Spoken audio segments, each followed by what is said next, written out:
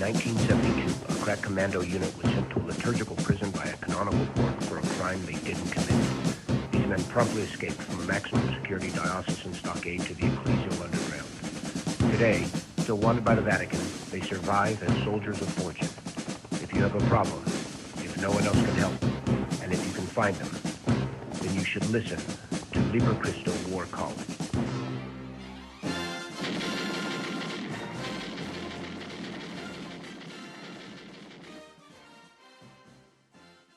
Welcome, family. Liber Christo Wednesday War College.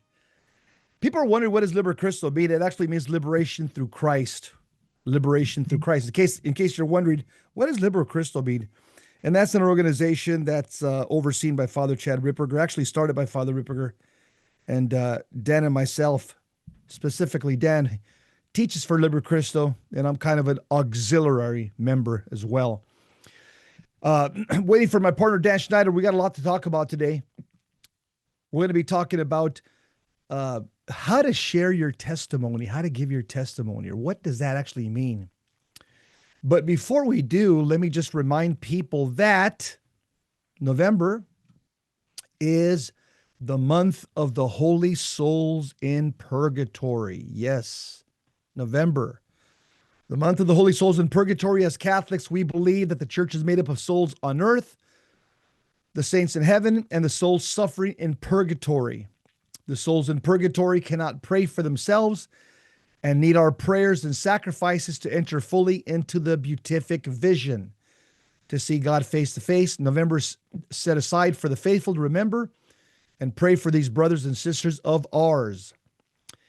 And also, on Wednesdays in our Catholic tradition, Wednesday is the day of the week devoted to St. Joseph, the head of the Holy Family. He's the patron saint of workers, families, and homes. Also, some pretty good news here worth mentioning.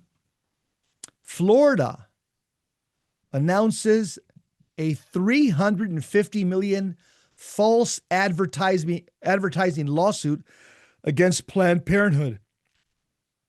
So Florida, the state of Florida, is suing Planned Parenthood for up to $350 million for allegedly falsely advertising abortion pills as safer than Tylenol.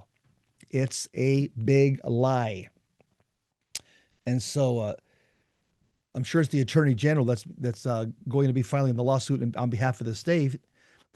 And so this the fact that Florida is suing Planned Parenthood for up to $350 million for allegedly falsely advertising abortion pills as safer than Tylenol. That's a claim that was debunked in a study this year.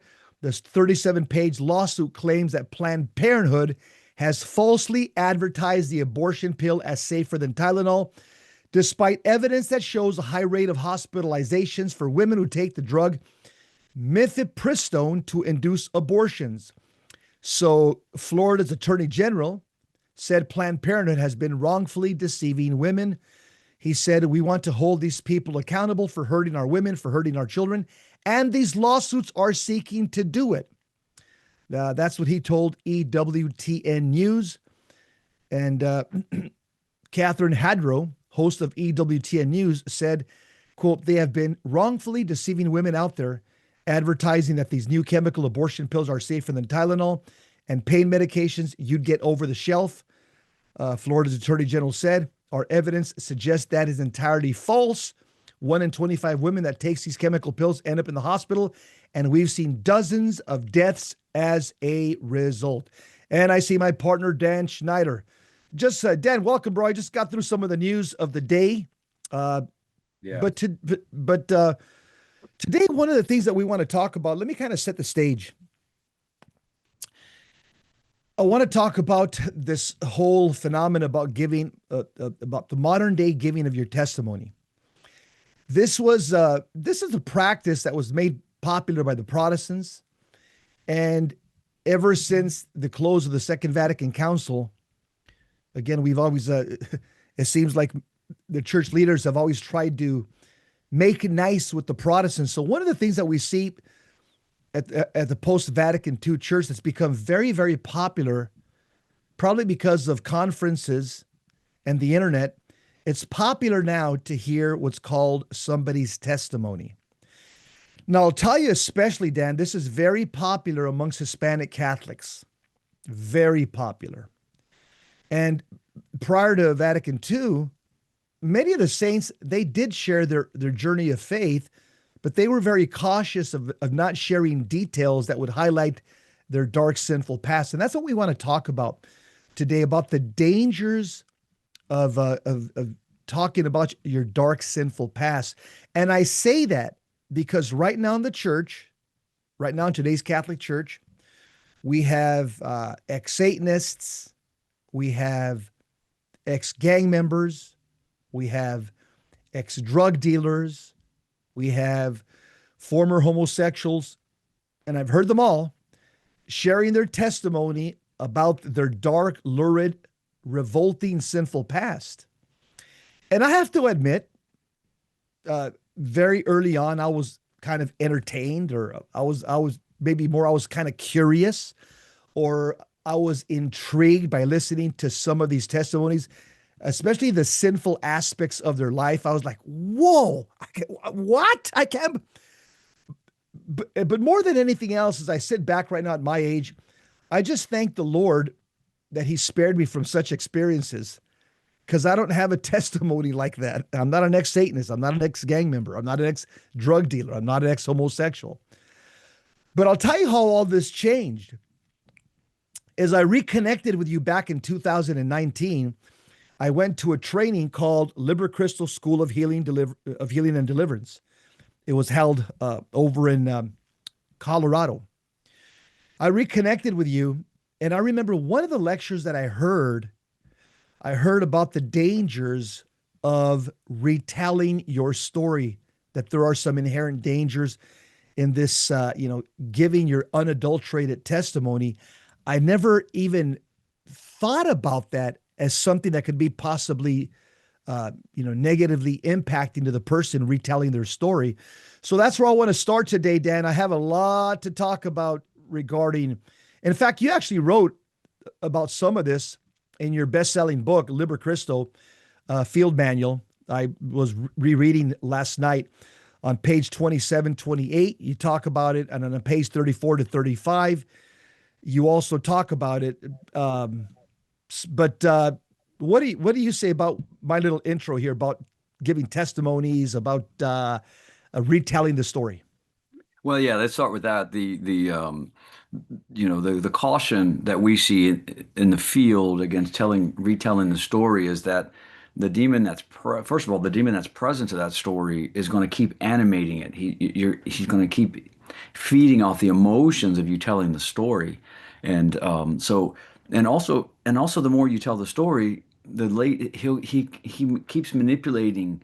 The more it's detached from Christ and the mercy of God and the merits of Jesus Christ. The more we get it detached and it becomes focused on me and what happened, and I stay in the emotionality of the story, the demon can continue to work. The demon animated can continue to work. And at the same time, we often find ourselves committing the sin of detraction, the sin, sins of libel, if you will, even if it's written, not giving the other person a chance to defend themselves. That's another secondary issue. But the primary one is that we talk about psychological compatibility with the demon. And St. Augustine, who was a great one for this, and he's one that we should really dive into on this topic because he wrote his book Confessions, and I think it's kind of a model. It's kind of a model in many ways for us. But before we get to that, in De Doctrina, he talks about what attracts the demon to us. And one of the things he mentions is a high emotionality, a high emotionality. And those emotions can be unforgiveness. Those emotions can be anger. Those emotions can be some psychological obsession. And so that high emotionality. But he also gets in St. Augustine. Again, this guy lived it all, and he also gets into how the demon, he lays the foundation for what we would call semiotics today, how signs lead to, they signify other things. This is what we mean by semiotics, that words take on other signification. more than just what they mean. And he uses the analogy of the word beta, beta into a Greek and to a Latin. So a beta to the Greek means second in order. We know this beta male, beta testing, or whatever. Hmm. So beta so when he uses the word beta, it means one thing to a Greek and another thing to a Latin, Roman. And so someone who speaks Latin hears the word beta, and it's a purple fruit where we get the word beet, right? Beet comes from the word beta. It's a vegetable. So he uses that and a couple other analogies to show how the demon dials in the perfect temptation for each one of us based on our own experiences, based upon our own background. And so the demon uses these things against us, but it's specifically to us. Your experience as a law enforcement officer is different than my past experience as a helicopter pilot and military officer. There's some commonality to it, but at the same time, the demon will draw things from your background and things from my background that are specific to us, and that's what Saint Augustine is talking about. These things take on a different signification when projected against you versus against me, and he's going to dial in that perfect temptation. Saint Augustine says, and that's what you got to be aware of, and be careful of when you're I want to give my testimony, because it's very dangerous for Lot, that reason. yeah, we have a lot to share on this topic. We'll be right back. Wednesday War College. Just remember, Dr. Dan Schneider, stick around. Don't go anywhere.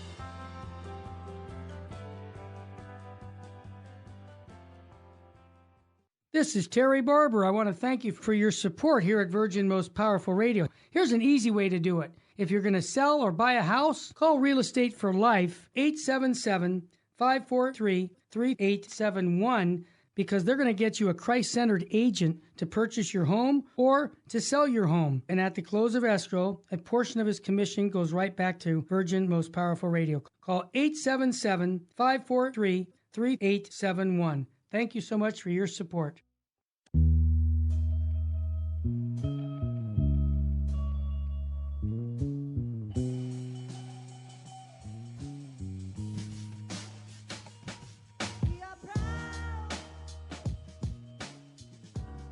Wednesday War College, we're back. We're talking about sharing your testimony, retelling your story, giving my testimony. Dan, I remember that at the Liber Crystal training I went to, that I remember it was very clear that as Catholics that we don't want the afflicted person to focus on the event, but instead on our response to the event. In other words, we can't change our past. We can't change what happened to us in the past. Instead, we should ask ourselves, if I knew then what I know now, how would my response be different? And and in what repetitive sin have I fallen? And in what virtue do I need to grow? So the event and the retelling of the story, like you said, it's often charged with emotion, which clouds our memory of the event.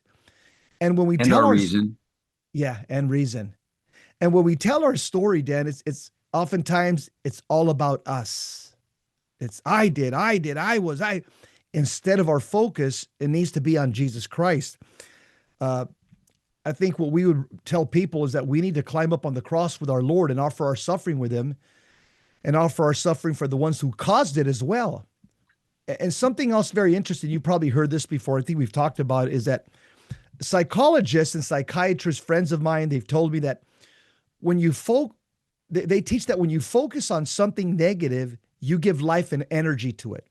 In other words, by always repeating that, that's why a psychologist will say, "Tell me the story, then don't ever repeat it again. Sit down on that couch. I'm going to take out my notepad. I'm going to listen to you. Tell me the story, and then don't repeat it again." Why do they say that? Because when you focus on something negative, they say you give life and energy to it. And that's why, if you even really think about it, in the sacrament of confession, Holy Mother Church just asks us to confess the kind of sin and the number of times with no detail, especially if you're a woman or a man in the sixth, involved in the sixth and ninth commandment, number and kind since our last confession, and no details of the sin are required. Comments? Yeah, no, for sure. You have to, again, let's go back to the teachings of the fathers. Let me read it so we get clear from St. Augustine.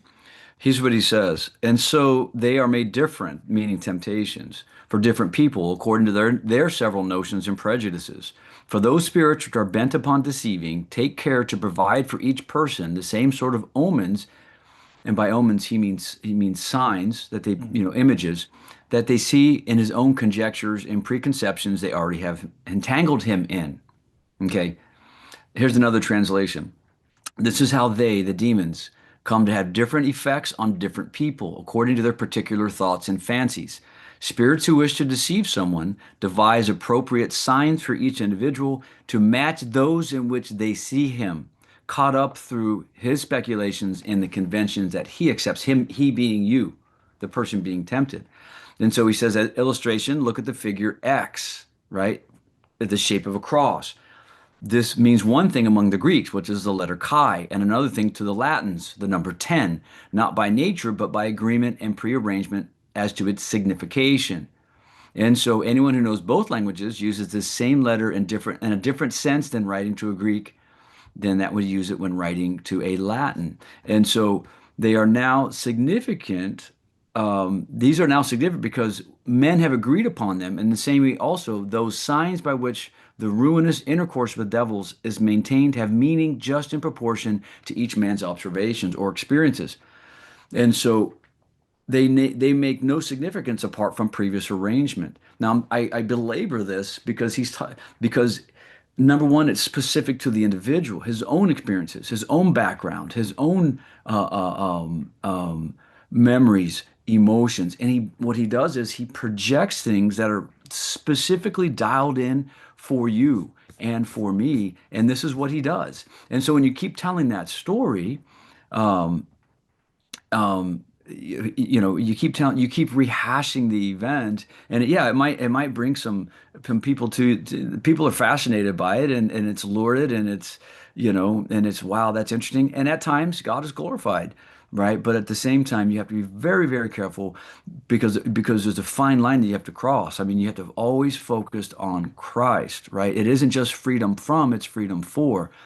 Here's what Evagrius Ponticus says. This is a great, mid 300s, late 300s desert father. The devil assigns to each one of us a demon who is particularly skilled in tempting us according to our predominant passion. Wow. Right? Wow. That's pretty rough, Whoa. right? The devil, here's St. John Cassian. the same time period, another desert father. The devil distributes his ministers so that each individual there is allotted a particular demon who is acquainted with his special weaknesses. Think about that. Let me read that again. The devil distributes his ministers so that to each individual, meaning you, human, me, there is allotted a particular demon who is acquainted with his special weaknesses. So your weakness, the more you talk about that weakness, I'm sorry, it's still your Ah, weakness. And so the demon's going to assign somebody right there, right? This is St. Anthony of the Desert. The devil appoints certain demons to each soul to watch over it from birth and seek to lead it astray. So the more we give into these things, the more we give into to them, the demons that are there just tracking, they're walking, watching. They got eyes on. They've been looking at this. They've been waiting for that opportune moment to get you. They know your weaknesses. The more you rehash your past event, the more you're. And this again, the fathers know best. If you will, amen. Yeah, right? the fathers know So best. the fathers know best, and so modern psychology that you're citing is just reinforcing what we know on the spiritual side. Let me give you one more. Origen of Alexandria, not a saint, but he's a great ecclesial writer from the second century. There are certain invisible enemies who strive to prevent our advance towards better things. Each one of us has, as it were, a particular enemy assigned to him. And then he elaborates that these demons tempt according to their weaknesses, citing the devil's targeting of Job and Jesus as models, right? So anyway, so this is part, as he says, of the cosmic hierarchy of demonic forces under Satan. And the more we tell the story, the more data we give him, the more insight we give him into our weaknesses, which he already knows, the more we're empowering. Go back to that quote that you said from modern psychology. Just say that again, because I think that's significant. Yeah, a modern psychologists, they teach that when you focus on something negative, you give life and energy to it. Close Yeah, quote. yeah. Yeah. So I gave a there's a good. I'll give you a modern example that isn't from Saint Augustine and Latin and Greek. A friend of mine was had a scholarship to play soccer in the U.S. He was from South Africa, and he's taking this pre-exam, math exam, pre-test to find out where they're going to get a placement exam. And he's sitting next to this young woman, and he leans over during the exam and says, "Excuse me, can I borrow a rubber?" Ooh. Yeah, right. She gets upset. She storms off. She tells the professor, and it was a big thing, and he apologized.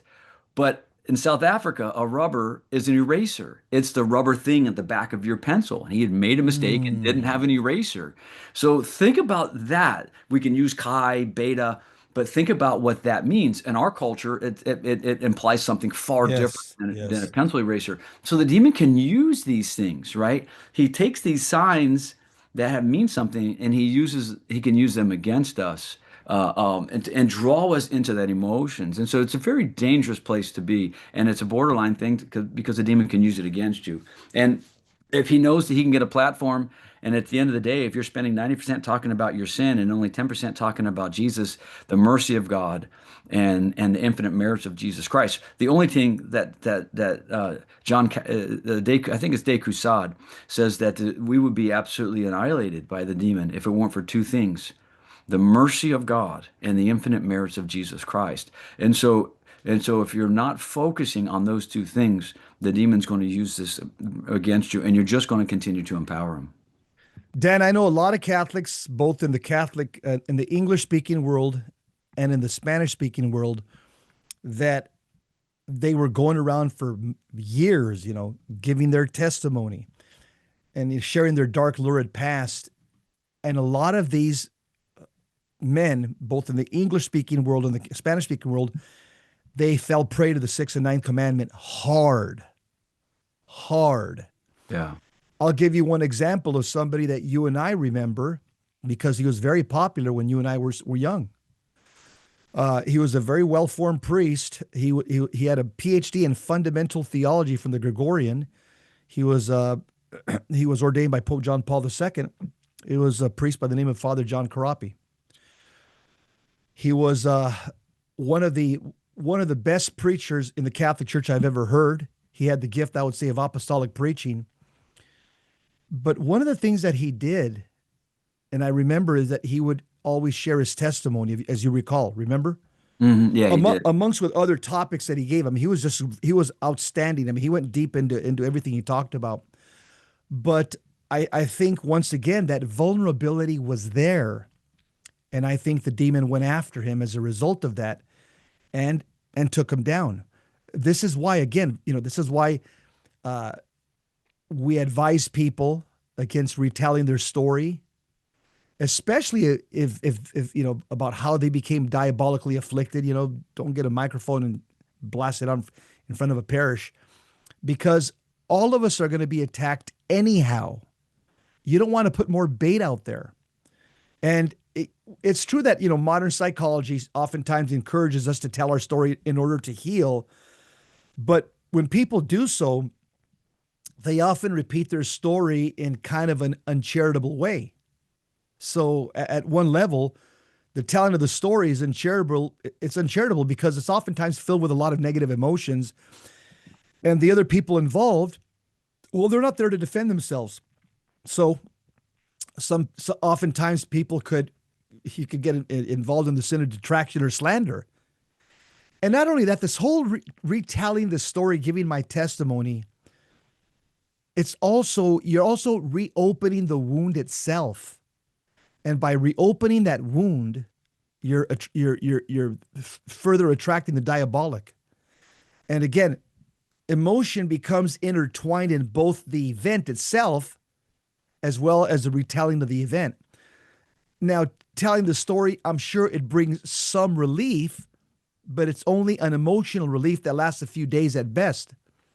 And this is why it's it's spiritually sound and rooted in spiritual warfare and ascetical theology, not mere psychology, that retelling the story could equal reactivating the wound.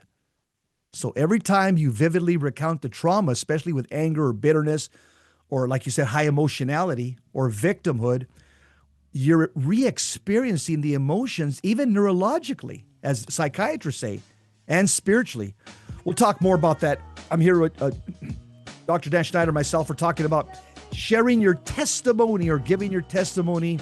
What are some of the pitfalls of doing so, especially when you go dark and too deep? We'll be right back. Stick around.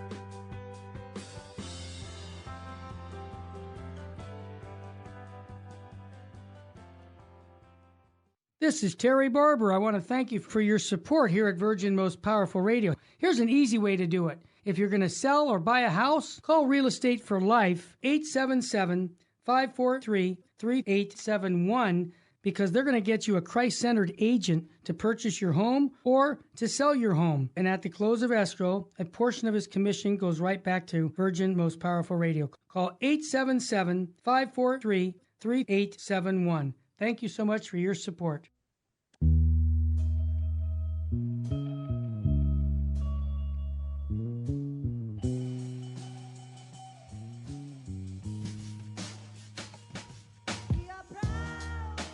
Wednesday War College, Jess Romero, Dr. Dan Schneider. We're talking about giving your testimony or sharing your story or telling your story.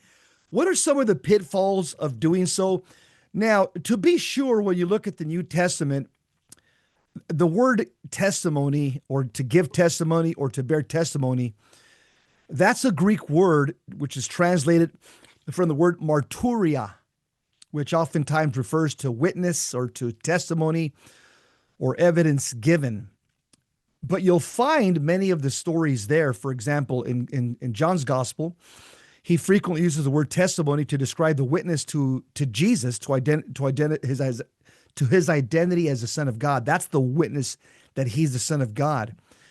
We also have John the Baptist that says that he came to witness, to bear witness about the light that all might be saved through him. That's Jesus. In John 5:31-32, Jesus says, if I alone bear witness about myself, my testimony is not true. There is another who bears witness about me, and I know that the testimony that he bears about me is true. So he's talking about his Father bearing witness that he's the Son of God. In John 8:17-18, Jesus states, in your law it is written that the testimony of two people is true. I am the one who bears witness about myself, and the Father who sends me bears witness about me. Again, bearing witness about Jesus Christ being the Messiah and the Son of God. The term giving my witness or giving my testimony, that's not a direct quote in any of the English translations of the New Testament. But you will see, for example, St. Paul, he does share his story or give his witness in the midst of being prosecuted. But one of the things about St. Paul's that you'll notice is that he doesn't go deep. He basically just says, I was a Pharisee, I was a chief of sinners, and then I encountered the risen Christ, and this is what I do today. This is who I am today. So Dan, he didn't prick anybody's curiosity by getting into any lurid details. And so once again, as we've stated before, demons feed on the negative emotions, such as, rage or despair, or self-pity. And I've heard Father Ripperger say before, he says that retelling the story with emotion is like ringing a dinner bell for demons. Yeah, that's a good. Yeah. In other words, the demon gets a legal right every time you give it attention through uncharitable focus. And again, you can also fall into the sin of detraction and slander, because when you name others, like, your ex-spouse in a testimony, or an abuser, or an occultist, or your drug dealer, when you do so without necessity and they can't defend themselves, you may be in violation of the 8th commandment. It's so.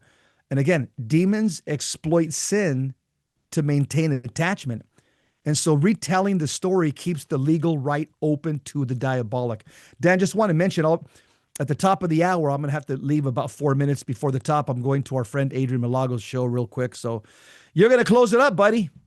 All right, I'll fly us in. I'll land us. I'll bring us back. You'll be doing the last 3 minutes by yourself. So I made a lot of comments. What do you got to say, Dan? Yeah, Revelation chapter 12, verse 11. It talks about the great war in the sky. And they overcame him. This is the NASB. Because of the blood of the Lamb and because of the word of their testimony, they did not love their life even when faced with death. And so that word testimony, as you say, it's marturia.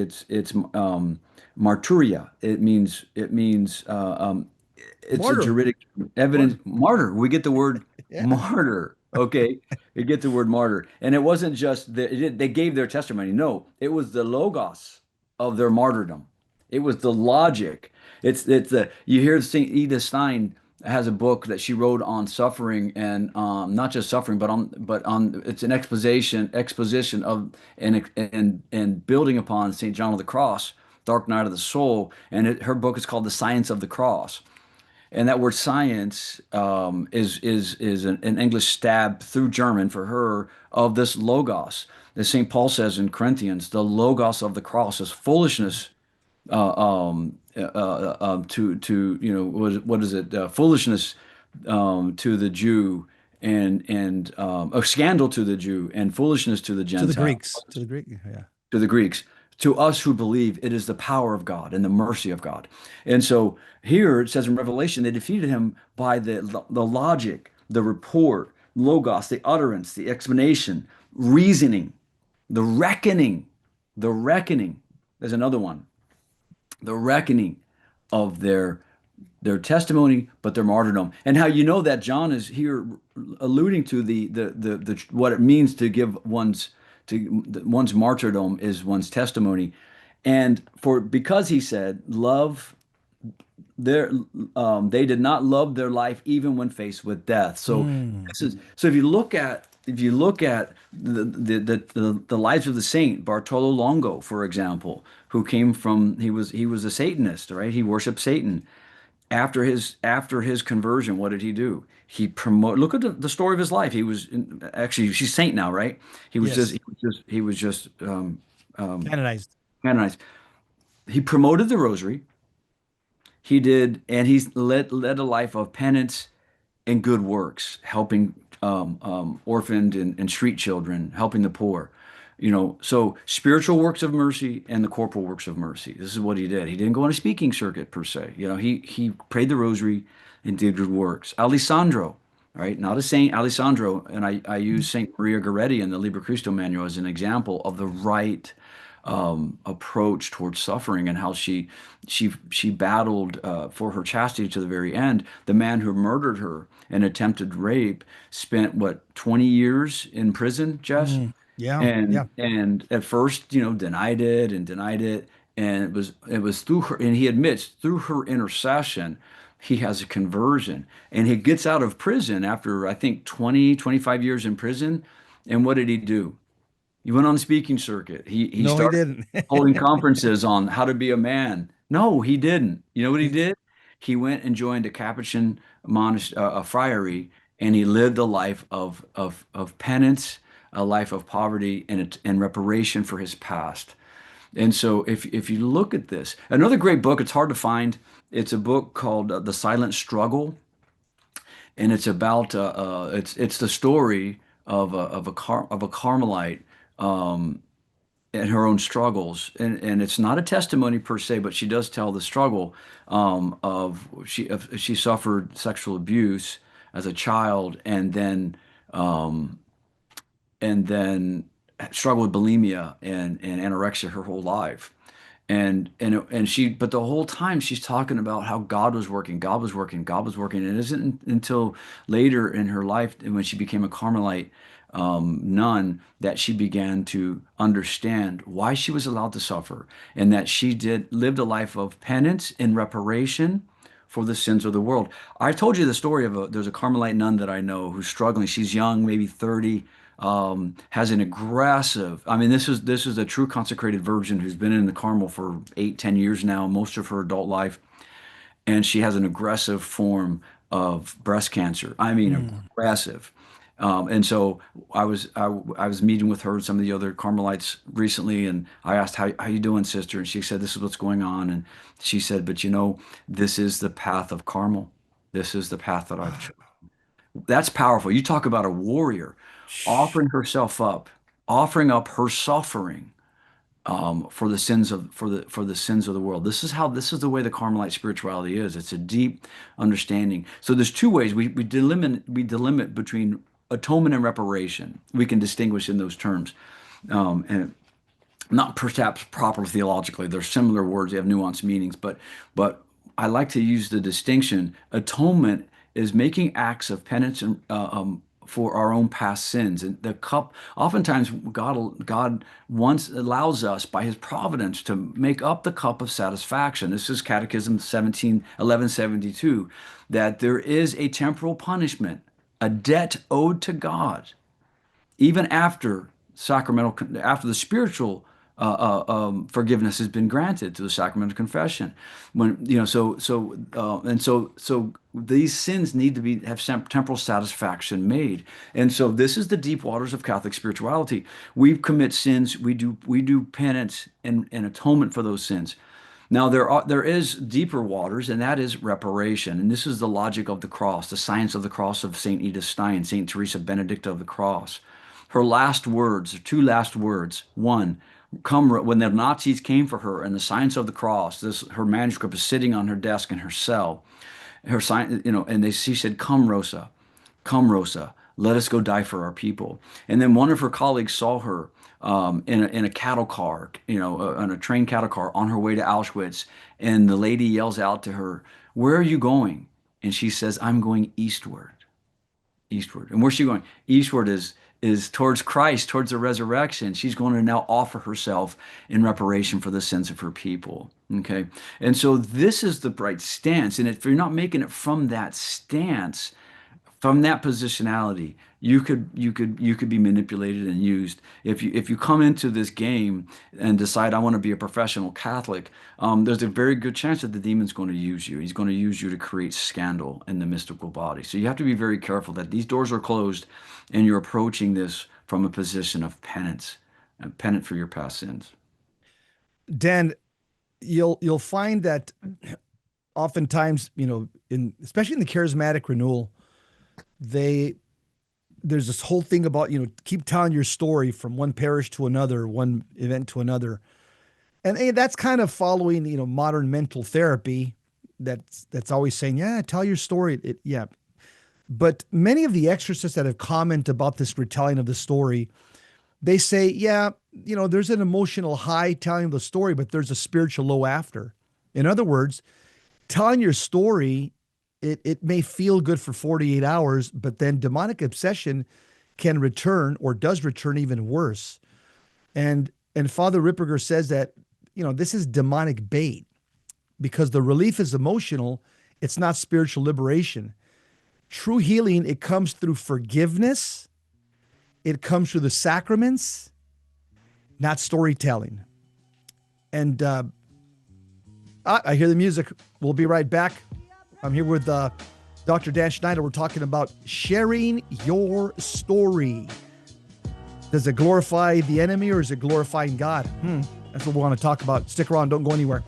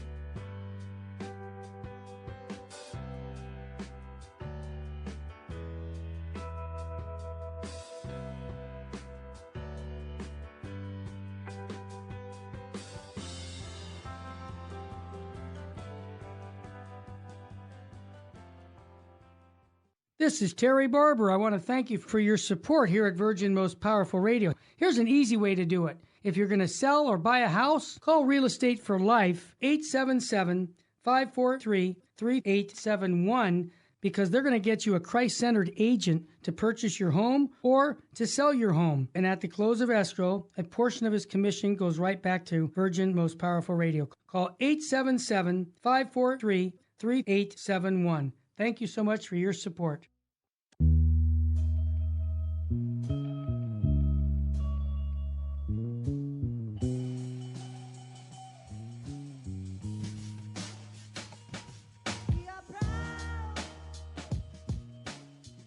Wednesday War College, yes, sir, Mayor Dr. Dan Schneider.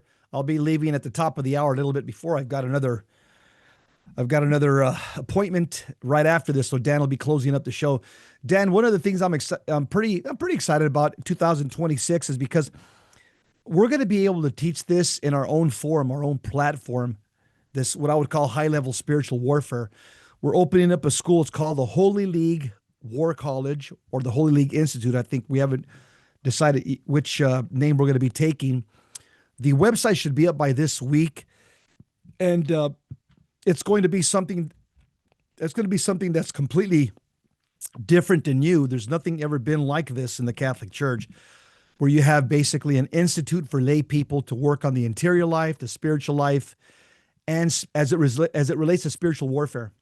And I'll tell you, because so many Catholics, they cut their teeth on a lot of Hollywood shows, paranormal series, sci-fi series, ghost hunters. I mean, there's about 25 different shows on the preternatural, and it's done by secular humanists, young guys from Hollywood with a camera and, with a lot of zeal, but they get most things wrong.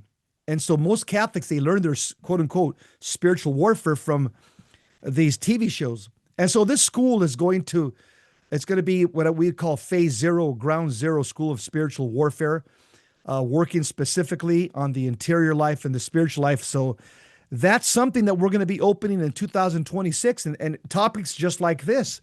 We'll be teaching, we'll be broaching topics just like this about retelling your story. What's the danger of doing so?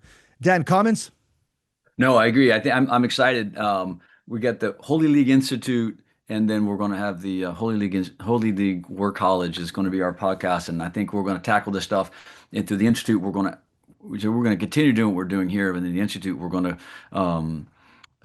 have classes, courses, book studies. We're going to bring in other experts in the field of spiritual warfare. It's going to be spiritual warfare, catechesis, and the interior life, because all three of these go hand in hand. A solid interior life, custody. This is what we're talking about here: custody of the mind or custody of the imagination, a life of virtue, and these are the foundations of spiritual combat. So it's going to be all three of those things. I've already getting a lot of people saying, "Hey, when you guys are going to get started? When you guys are going to get started? We're ready to, we want to join." I think it's going to be a good thing to really do our best to bring some clarity in times of great confusion in the church. And how do we do that? And this is one of those topics, I think. Yeah, Dan, let me mention a few exorcists that talk about this topic. I've already mentioned Father Ripperger, but I'll mention him again. He says that one of the things that you should do is confess the sins once to a priest. Don't rehearse the story to friends or podcasts or support groups. He also says, do forgive silently in your heart and don't seek validation by retelling the story with drama.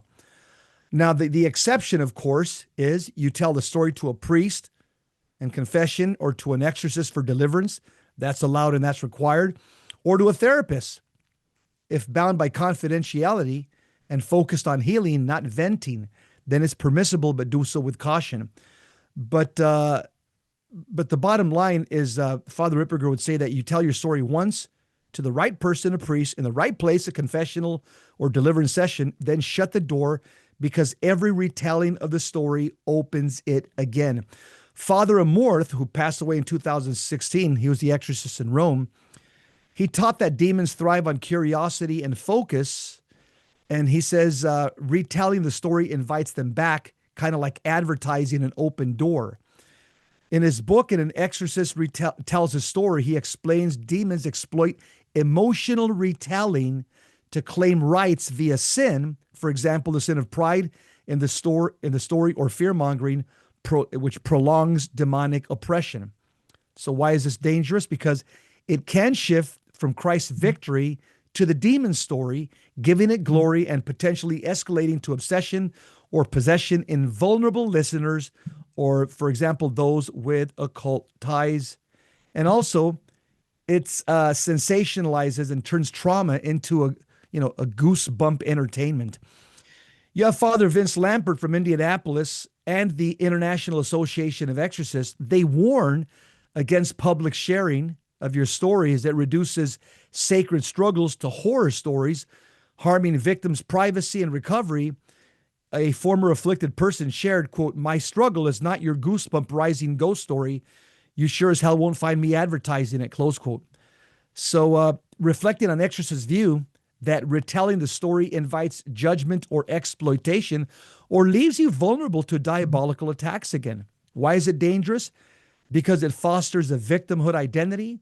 It delays the healing because you're always talking about it, and it risks spiritual contagion. You also have, in the USCCB, the Rite of Exorcism, they mandate confidentiality to protect all involved.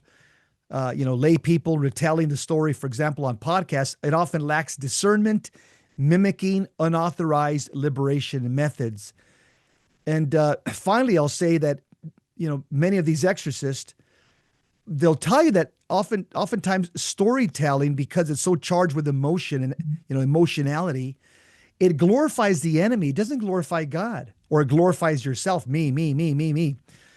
But true freedom, true liberation in Christ comes from shutting the door through Christ-centered silence, not reliving the darkness of your past. And again, you should never be behind a microphone.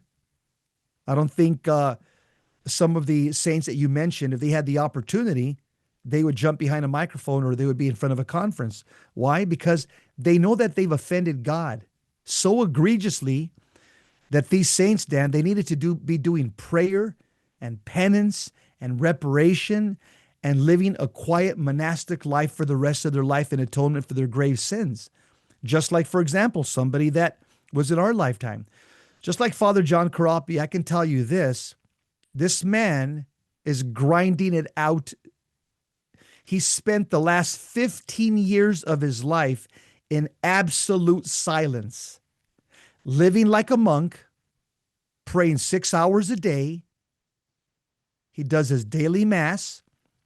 He has no contact with the world, in obedience to his bishop and his superior general. In other words, this priest took his medicine for his sins. He like a man. He took his medicine like a man. And I respect him for that. And I know many other Orthodox holy priests who were well-formed, who were holy, and who did fall into sexual sin with women. And guess what? They've taken their medicine like men, Dan. They're not behind a podcast. They're not sharing their testimony. They've been sidelined forever. And I've talked with them. Are they in pain? Yes, they're in pain. But they take this bitter medicine like men. They live the lives of silent, holy obedience. And this is what many lay Catholics should be doing instead of speaking in public with a microphone in front of them, because what they're doing, Dan, is they're already vulnerable to the 6th and 9th commandment, and they're opening the door to diabolic retaliation. Dan, go ahead, brother. I got 2 minutes, then you're on your own. Go ahead. No, man, you keep going, man. You're preaching it.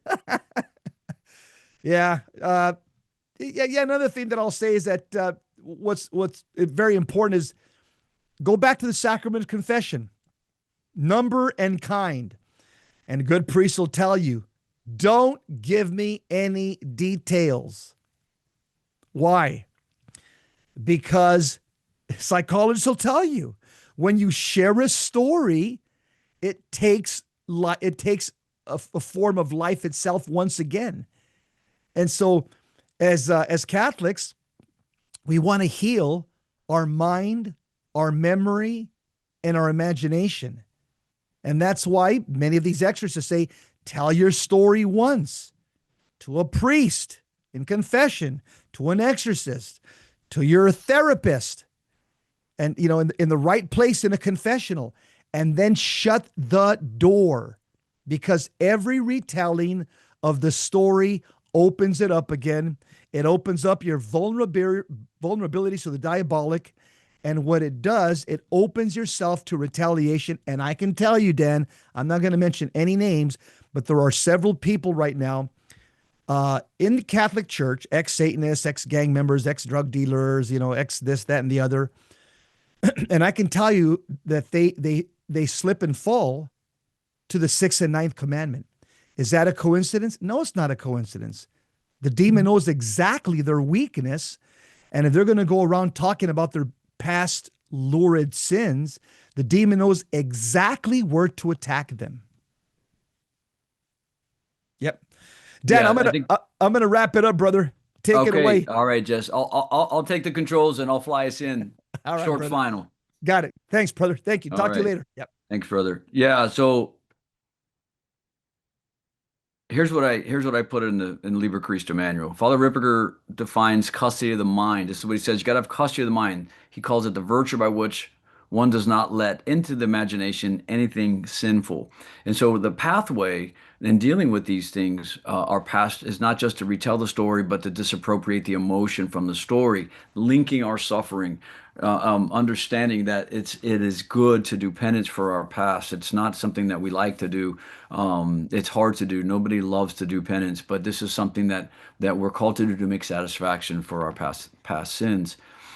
So, so not telling the story avoids what, Father Ripperger calls the dinner bell. You attract the demon to that high emotionality that goes right back to St. Augustine, and it prevents the demon reclaiming the narrative, right? The narrative of your life. One of the best ways to handle this, I think, is to do a general confession. Find a priest that is experienced in this, and going and getting a general confession before you decide what God is going to, what you're going to do with your life. Look at the lives of the saints.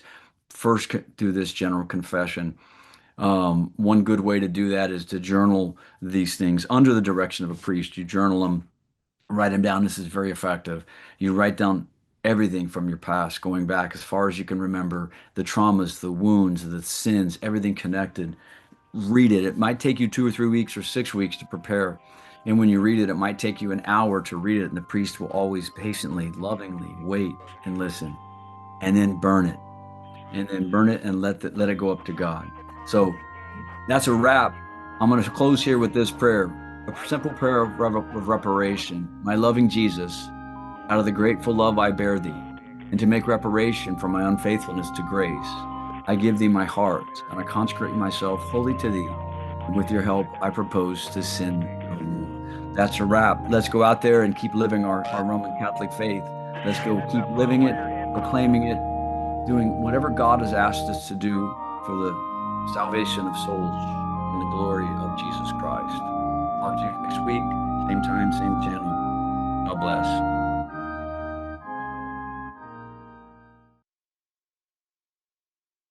Saint Faustina's Prayer for Priests.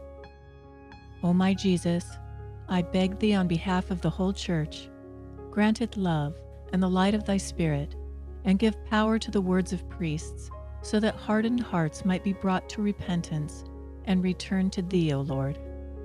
Lord, give us holy priests. Thou thyself maintain them in holiness. O divine and great High Priest, may the power of thy mercy accompany them everywhere, and protect them from the devil's traps and snares, which are continually being set for the souls of priests. May the power of thy mercy, O Lord, shatter and bring to naught all that might tarnish the sanctity of priests.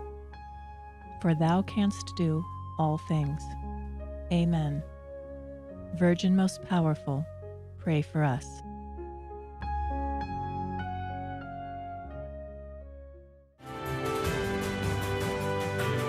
Virgin Most Powerful Radio, sharing the gospel with clarity and charity.